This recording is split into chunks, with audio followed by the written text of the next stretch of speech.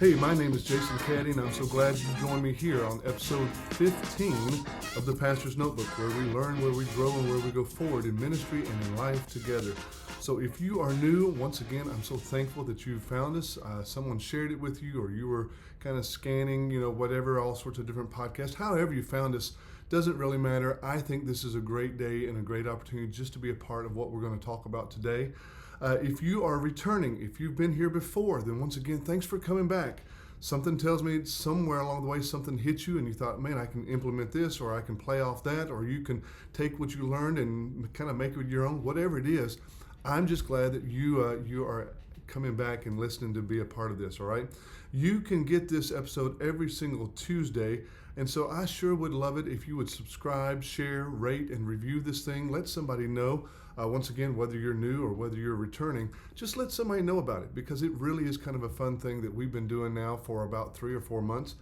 And so we're just kind of getting started, but we're having a great time doing it. We're learning a lot about different things when it comes to life in general. I talk about it so much from a pastor's point of view, but I also try to implement that whole leadership point of view. In fact, we're talking about maybe changing some things up in the coming days. And so who knows? We'll see what happens with that. But it's going to be a great, great time, and I'm looking forward to that. So once again, every single Tuesday, subscribe, share, rate, and review so others can learn, grow, and go forward in ministry and in life together. Hey, I've written down some notes because I told you this whole thing is all about note taking, right? It's about things that I've learned over the years, things that I'm trying to implement myself. And this is the week of Christmas. In fact, when I'm recording this is Christmas Eve. So some of you are into the memes and you've seen all the memes, whatever TV show or movies that comes from. But on top of that, I'm really getting ready for Christmas Eve. I'm a pastor and love being a pastor. And I'm not feeling so hot today, but getting better, all right? And so we've got Christmas Eve coming up. But what I wanted to do is, knowing that leaders have this unique, I guess you could call it, opportunity to make Christmas special and meaningful for people around them. Once again, if you're a pastor and you've got people on staff, or you've got a family, or you're managing an organization, whatever it may be, then you have the opportunity to make this time of year meaningful for the people that you lead and that you serve. And so I just have written down some notes, some things that I thought, how can leaders do that, right? And so the very first thing that I just want to share is, number one, we need to be the ones to continue to focus on the meaning of Christmas. Don't ever lose sight of that. So many times it's easy with all the hustle and bustle, and so many of the movies, it seems like, talk about the things that are going on and how easy it is to get diverted or distracted or whatever. But simply focus on the message of Christmas. Don't ever forget to highlight the deeper significance of Christmas that Jesus brings, that God brings into your life. Now, you may have people in your organization that are not Christian, and that's okay. You don't have to necessarily, throw Jesus down their throat or something like that. It's okay. You don't need to do that. That's not the point. The point is remembering that Christmas reminds us of hope. It reminds us of the idea that we all need peace in our lives at some different level, right? We all need some kind of joy, because life has you going up and down and all the way around. In fact, last week, I talked about how the week prior to that, I actually buried my brother. And that was a pretty difficult time for me. And so joy has been a little bit different this year. And so if everybody has their moments of where they need hope, or where they need peace, or whether they need joy, all of that is found, I would say, inside the love of God. It's the love of God that brings those things into our lives. And I am often quoted, or you can often hear me say to the people that I pastor, to the people that I preach to, if you want to know somebody that needs encouragement, just look for somebody that's breathing, right? I mean, because that's the big thing. Everybody I know at any given time, we really don't know what's going on in somebody's life. And so if you're looking for somebody to encourage, whether hope, peace, or joy, or just the love of God, then just look for somebody's breathing and make sure that you make an attempt, do what you can to make sure that they know what this season is really all about, because this is one of those times of the year where people do get down and they do get a little depressed. They do feel a little chaotic. They do feel a little hopeless. And so I think, and when I say focus on the meaning of Christmas, Don't forget about God's love and what it brings to people, but also inspire reflection for your people. Whether it's your family, and I know some families do an Advent candle at home, other families have other different ways that they do it, but encourage people to pause. Maybe people in your organization, give them moments to pause and reflect on what Christmas means in their personal lives and even in their relationships. Because with the pace of life, and then you add on top of that what goes on around the Christmas season, we all need to be encouraged to just pause and reflect about the goodness of God in our lives. So that's the first one, just focus on the meaning of Christmas. The second one is to embrace the spirit of giving, right? And listen, you don't have to be a giver to do this. It's just to embrace it at some level, because we all need to do that. Don't ever forget that God, your Heavenly Father, gave. And so we need to model that. And that needs to be part of our DNA, right? So model generosity.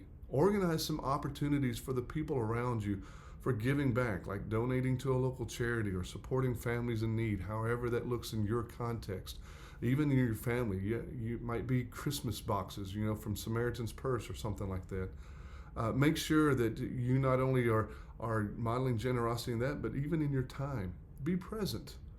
Model that. Once again, it can be so easy to get so sidetracked and so focused on so many things that if you can model spending time with people, listening to their stories, celebrating their joys while being sensitive to their challenges, just make sure you spend time with them, letting them know that they're loved, letting them know that they're valued and cared for. That's a pretty important part of modeling generosity. Or maybe it's modeling generosity through your talents, right? I mean, some of us are gift givers, and if that's you, man, you probably love this kind of idea. Some of us are more hospitable, and we like to host gatherings, and so maybe it's you host gatherings or facilitate events for people in your church or people at your work or people in the neighborhood, that you kind of get them together. And there's something about being together during this time that's a pretty powerful moment for so many people. It can be so lonely at Christmas that some of the things we need to do is to model generosity by facilitating time with one another. And then once again, as it would be easy to say, be a model of generosity by giving of your treasures. One of my favorite things, and I have to work at it nowadays because I don't carry near as much cash or change with me, but I always love giving to the Salvation Army whenever I see them out at some store or whatever. It's just my favorite thing. I've been known to see them and run back to the truck and get something and put it in their bucket, or whatever. It's different now, and it's kind of a little harder.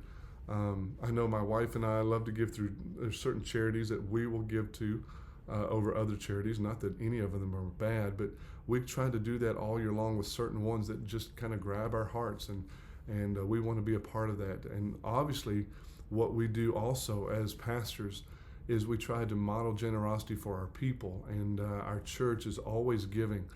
Small groups are giving. We have a church that operates, and our teens do certain things and our children do certain things. So we're always trying to teach people to really give of themselves, because once again, that was the way our Heavenly Father worked. He saw, He loved, and His love compelled Him to give.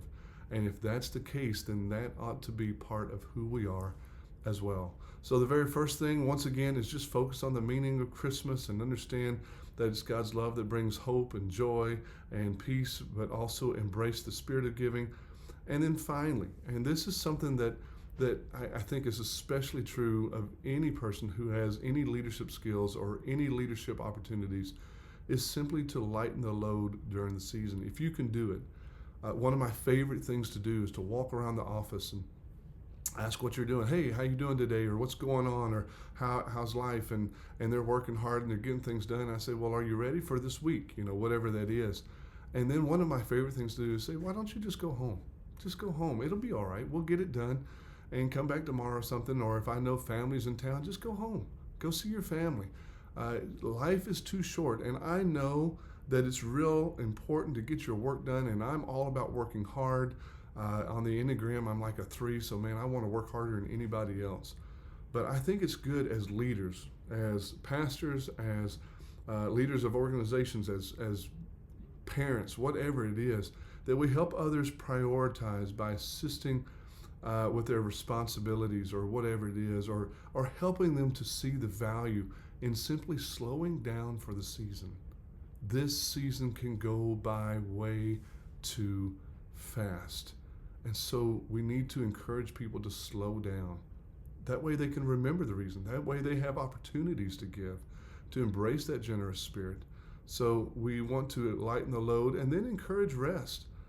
This is the season. I know this past week at our church, we were a little lower in-house because so many people are sick.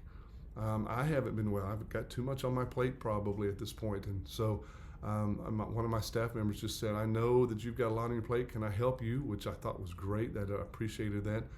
And I said, yeah, I've got this and this and this. And they said, well, part of that is you have so much going right now that you haven't had time to rest. So I think as leaders, we need to remind people to take time for themselves, take time for their families, right? Emphasize the importance of a Sabbath during this busy season.